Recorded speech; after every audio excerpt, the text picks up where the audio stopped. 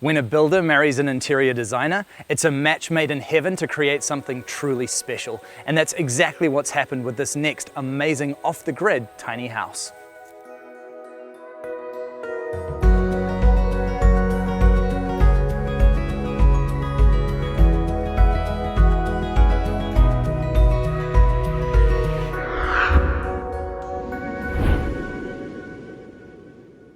Hey Michelle, how are you? How are you? Good, thanks. Great to meet you. G'day Adam, how's it going, mate? Welcome, Bryce. Great. Thank you very much. It's a pleasure to be here. This place is pretty cool, isn't it? Well, yeah, it's pretty amazing. Beautiful. We love it. Yeah. So first of all, what was it that actually inspired you to build this tiny house? Probably house prices, to be honest. We were like out of the market and we thought, well, what do we do with our money? And we wanted to be on the farm somehow, so we came up with this idea and yeah. We had some cash and we thought, let's just do something with it rather than either paying rent or, you know, having to buy a house that was a little bit hard actually. We had a couple of houses that we had done up and we had sold, and the housing market had started to skyrocket and we have fallen out of the position to be able to buy another, and so we thought, let's do what we can with what we had. And so we looked at a caravan initially and immediately we were like, no way, we can't do that. No way. And so then we looked at this idea of a tiny house, and it had never crossed our minds previous. We had never really looked into them previous. And when we started on this journey, we thought, this is so doable, we could do this. And then we started researching that, designing our own, and here we are. And you two are the perfect duo for a project like this, aren't you? Because Adam, you're a builder, and Michelle, you're an interior designer. Yeah. That's right. Yeah, it was not too hard really. I just designed it, pen and paper, got my little scale rule out and just designed the floor plan of the house and said, here, build it. Handed it over and here we are. I think just using the skills that we have, like me being a builder and Michelle being an interior designer, it's just so doable. Like, That kind of was a match made of what we can do. yeah, match made in heaven. Yeah. And the parking spot you found for this house is incredible. Can you talk to me about this place? So this is roughly 650 acres, sheep and beef farm, which a friend of mine owns. And yeah, I've been coming out here for 10 to 12 years, I think it is, just hanging out, doing farm stuff, hunting. Yeah, it's been a bit of a retreat for me, so yeah, it's amazing, I love it. And this is not a small tiny house, is it? It's quite large. No. What are the dimensions? It's 9.8 by 3. Great Yeah. size. So yeah, it's a good size. 4 of us, so we needed a little bit more space than the average tiny house. And now, I love the style of the house. Can you talk to me a little bit about its design and construction? So it's a full steel frame and then just 3x2 framing, just like a house, really. Yeah, we Climbed wanted in. it to kind of fit into nature a little bit and being black and board and batten, giving that slight rustic feel. That was kind of the idea, and we wanted to add a little bit of an interest with what we've done on the corner here. Yeah. Everything around here is built so it can move. Like the deck, I can put that on a trailer and move it. The garden shed is flat packable, so yeah, with tiny houses you need to be able to move, so yeah, we've done it that way. So. Absolutely, because you've created a wonderful outdoor area here as well. Yeah. Yep, that was the perks of doing renovations, was a bit of decking left over. So, well, old stuff that we've Perfect. Yeah. brought to life again, so yeah. Great. And one thing that is quite unique about your design here is I see you've got all of these access hatches around the home. Can you talk to me about those? Yeah, so that was a little bit of a design change. That was going to be a void, so I was like, oh, we might as well make them surface cupboards.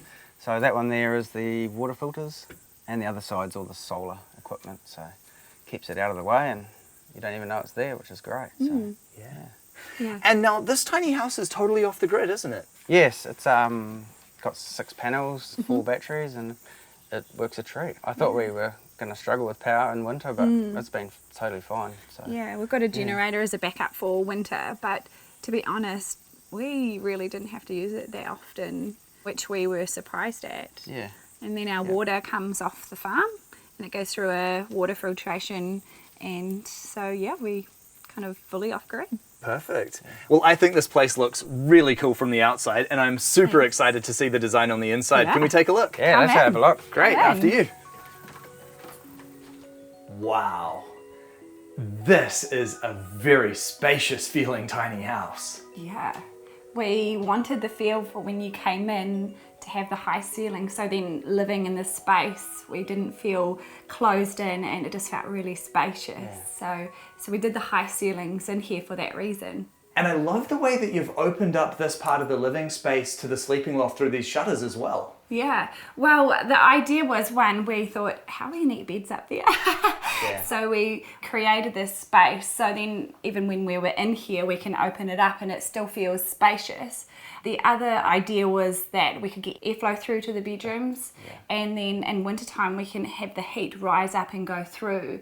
So there were quite a few reasons we did the barn doors that we could open up. And the living space here is brilliant. It looks like there's been a lot of thought put into this design.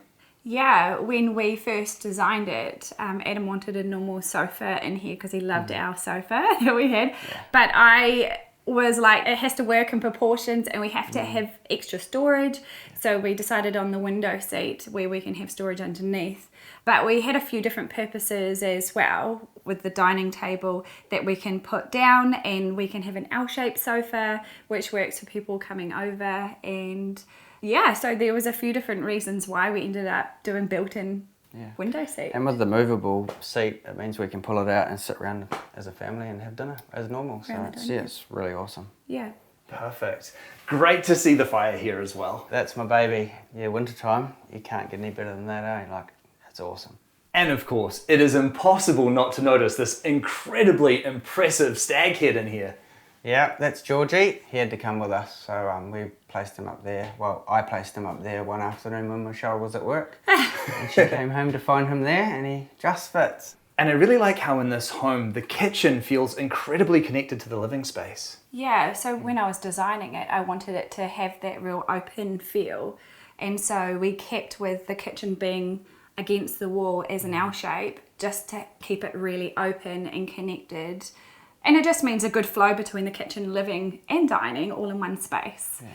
Lots of prep area here in the kitchen, which is great to see. Yeah, I'm actually really surprised how functional it is and being able to prepare meals and have more than one person in the kitchen. But I think having it against the wall L shape, it meant that we can all be in here at the same time. And when we're actually designing it, I really wanted to have enough space here that we could be preparing and then to keep the functioning area to the corner. Yeah, so I'm really glad I did. Absolutely. It's great to see you've got a dishwasher here as well. That's definitely a tiny house luxury, especially for an off-the-grid home. That was something I was not going to skimp on. Actually, from our first house that we rented when we were first married, after that house I said we're never going to not have a dishwasher again. And even though it is small, it does us so well. And talking about appliances, this kitchen is wanting for nothing. You've managed to fit everything in, haven't you? Yeah, we have. Yeah. We actually downsized on our fridge. Yes. We originally, from our old house, we had a bigger fridge, which we could fit here, but we also wanted to have the use of a microwave just for when we did need. And then the oven is a gas oven. We originally had a electric oven, and we just found in the wintertime it was just chewing up all of our power, so we ended up switching and going gas, which I'm surprised at how well gas ovens work. Now, very unusual for a tiny house. This home actually has a corridor. It does, and I designed it that way so it could feel like a home, but also separate off the living area from the bedrooms and bathroom. And what do we have next door? Come have a look. Let's go.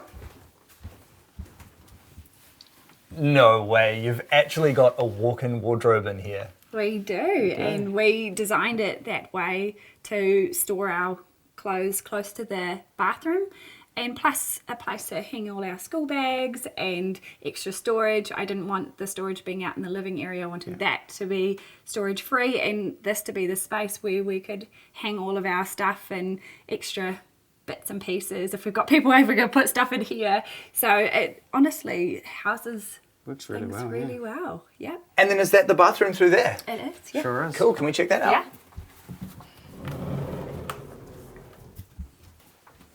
Oh wow, this is an incredibly luxurious tiny house bathroom. This thing's huge. It is. Actually, we were quite surprised at how big it was. And when we have friends come over, they walk down here and they're like, wow, this is really spacious. But I wanted it to be spacious because in wintertime, this is also our laundry. So I wanted to be able to bring clothes in here to dry, and we didn't feel like we're tripping over it.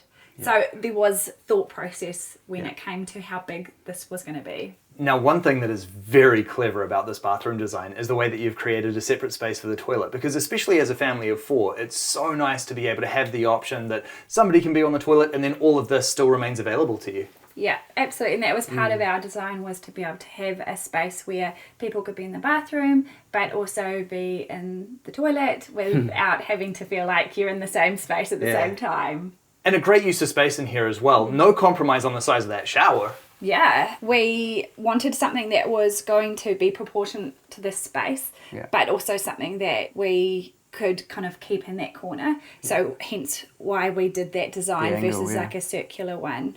But it works really well actually for the size of it. So and the water pressure is fantastic, which I was very happy about. So yeah. And I like the way that you've been able to fit the washing machine in. I'm guessing you've utilised some of the understair space to be able to fit that in there. Yeah, we did. That's right. We obviously wanted the space in the bathroom, so we thought the stairs are right there, let's push that back in underneath, and then it utilises every bit of space that we have in this house. And being in the bathroom, close straight in, it works perfect. Yeah. And can we check out what's upstairs? Sure, let's go. Great, after you. Yep. Now this stairwell design is really interesting. I really like the way that you climb the stairs and you've kind of got this compression in this area, and then it forks off into the 2 sleeping lofts. Yeah, that was our kind of way that we could create 2 bedrooms upstairs, but them not being in the same space, so that we could create that separation. Bit of privacy. Yeah. Yeah, absolutely. Well, let's go up and have a look. Sure.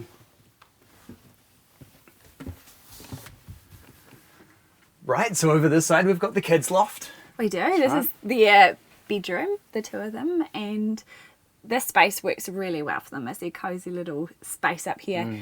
But if they need room to play, we put one of their beds up on top of the other, and it gives heaps of floor space for them to play and Put their Lego out and do what they do. We didn't want the living room to be the space that everything got brought to, so we wanted enough space up here that they could play here as well and have a separate space from the living area. Loads of storage up here. I like how you've claimed some of the space above the stairs in order to create a storage nook. Yeah, we wanted the kids to be able to obviously feel like this is their bedroom and be able to have toys and books and stuff like that, but also it creates that separation between the 2 bedrooms. And the kids even have their own telly up here. How luxurious is that? Actually, it's one of those things that when we have friends over, the kids are like, what, do you have a television in your room? So it's great because that means if we've got people over, friends over, and they've got kids, the kids can come up here, watch a movie, we shut the barn doors, and you can't actually hear from the living space to here. You can't actually hear between the 2. So it gives that real separation and the feel of a home, but in a small space. And how old are your children now? 9 and 6. Yeah. And how are they adapting to living in the tiny house? They love it. They really love it, yeah. And especially being on the farm. Like, Ollie's he's crazy. He's on his motorbike, or he's up there helping with the sheep, and they just really love it. I'm glad we could do it while they're nice and young, so yeah. And so your sleeping loft is over the other side? Yeah. That's right, let's take a look. Let's do it. Oh, again, this space is just really nice. Another TV up here. You guys are definitely not wanting for the TVs, are you? Do you know, in saying that, we never really watched TV, but we just wanted to have the option of the kids having their TV, us having our TV, so we could create the 2 different spaces. But I think living out on the farm, we just are always out and about doing stuff that we never really sit and watch TV. Yeah. And you've got extra storage around here as well? Yeah, we do. And we wanted just to be able to have the things that we would usually have in our bedroom in here. And so, yeah, it's great. We can have a few things without it feeling too cluttered. Yeah. But we can have whatever we want in our room. Yeah. Yeah. So how long have you been living in the home now? We've been here 15 months now. Great. And how are you finding tiny house life? I have said to people over and over again, I can't believe how easy it is to live in a tiny house. It just works. It's just amazing. Yeah. I think having this lots of space outside too with the kids is the added bonus. And I think the way that we've laid this out, we still can have our space, but be in a small space and still function really well. And the kids love it. And especially as owner builders, you must have so much pride wrapped up in this home. Yeah, a lot of blood, sweat and tears went into this place. It was a lot of work, but yeah, we're very connected to her now, and I don't know if we could ever part with it. Yeah, we're really proud with how it turned out, and because we'd never done one before, and honestly I don't think we'd change one thing. I'm just so proud of what we've done, and there have been so many times I have been like, wow, this is what we did. I can't believe that we made this work. And I think just with so much prep behind the scenes and before we started, it was really what paid off for us. It's amazing when you get people driving in, you know, they're thinking, wow, they live in like a black box. And then they come to the front door and look in and they're like, whoa, so much space. So that puts a smile on the dial. Yeah, every person I think has been really surprised at how spacious this is, and the feeling of it being a home versus just a tiny house. Yeah, which we're really proud of. We're really proud that we were able to pull that off. And can we talk about the cost that was involved in building this home? I think we ended up around the 85,000 mark by the time we put the solar in. But obviously that didn't include labour. No. Yeah, so we were really happy with what that came to, and we did everything new, so all double glazed, all fully insulated. We never skimped on anything. Everything was brand new. I think 85 is a really great result because, as you say, all the materials in here are really high quality. So even not including the cost of labour that would have been added onto that, this is a really fantastic result. Yeah. And so what would you say the future holds for you both now?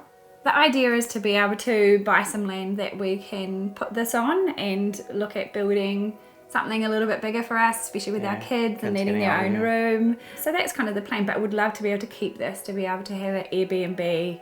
Yeah. And I think that's one of the wonderful things about a tiny house, because right now this is perfect for your living situation. It gives you that ability to now save up for land and purchase or to build something larger for your family as your family grows. But this still remains an asset. Yeah, that's right, exactly. And rather than spending it on paying somebody else's rent, we can use this as our asset and then save. Makes a lot of sense. Well, there's no question about it. You have done such a great job with the design and the build of this home. Thank you both so much for sharing it with me. Thanks so much for coming. Thanks for joining us. My pleasure. Adam and Michelle really have done such a great job with the design and build of this home. As a builder and an interior designer, they really are the perfect match to create something truly special, and they have certainly done that with this home. Everywhere I look, there's really great, well thought out design and wonderful features that make this a truly functional home for the family. And there's no question about it that many beautiful, happy memories will be created here in this space.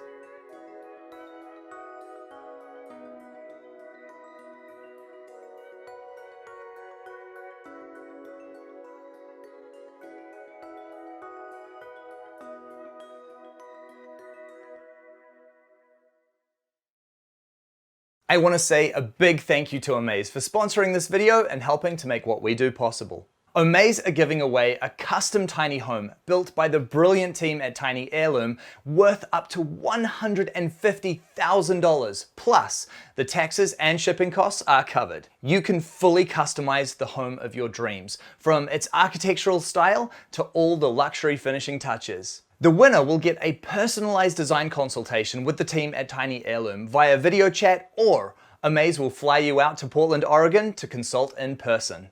How would you design your tiny home if you won? Best of all, part of every donation supports Girls Build. Girls Build is a non-profit organization based in Portland, Oregon, inspiring curiosity and confidence in the girls through the world of building. Girls Build teaches girls aged 9 to 14 years old the basics of carpentry, electrical, plumbing, roofing, painting, auto mechanics, and more. Your donations can help to fund summer camp and class scholarships, critical staff positions, and free classes for kids in foster care. So what are you waiting for? To support a great cause and for your chance to win a stunning custom tiny house, go to omaze.com/LBTH. Good luck.